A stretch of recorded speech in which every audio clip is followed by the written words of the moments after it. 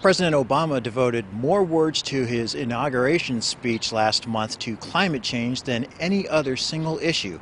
But is this all just posturing, or will something actually happen during the president's second term? We will respond to the threat of climate change, knowing that the failure to do so would betray our children and future generations. President Obama lays out an ambitious agenda to address climate change during his second inauguration speech. Some may still deny the overwhelming judgment of science, but none can avoid the devastating impact of raging fires and crippling drought and more powerful storms. Obama's comments hearten environmentalists who earlier may have felt let down after the president's post-election press conference. There's no doubt that for us to take on climate change in a serious way would involve making some tough political choices. However, on closer inspection, Obama's statements can be reconciled because his administration may be willing to do more on climate change while acknowledging that broad action in Congress is unlikely. But some members of Congress are trying to keep the issue in the forefront nonetheless. Every time we allow an opportunity to reduce our carbon pollution pass us by, it becomes less likely that we will be able to prevent the worst impacts of climate change. Waxman and Rhode Island Senator Sheldon Whitehouse are leading a joint congressional task force to look for solutions to the climate change problem.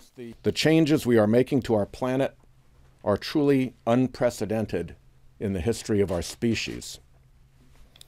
Nature could not be giving us clearer warning signs, and yet we are sleepwalking through history here in Washington. But a task force is different than actual laws addressing climate change. The two lawmakers called on the White House to deal with the issue through regulation. Today we are writing to the president to urge him to take the next step and develop a comprehensive climate change plan using his broad administrative authorities. Vermont Senator Bernard Sanders has also introduced legislation that would penalize fossil fuel companies that emit carbon. But that appears to go too far for the White House. We have not proposed and have no intention of proposing a carbon tax. Alaska Senator Lisa Murkowski also criticized artificial energy price increases. Now, there are those who would have you believe, though, that the best way to reduce energy's indirect cost is simply to raise the direct costs so that we discourage energy use. But my friends, this is a self-defeating policy. Lowering the direct cost of energy is key to helping the U.S. economy recover and prosper. But Murkowski did step outside her party's doctrine when she told a gathering of electricity regulators in Washington, I'm still a Republican.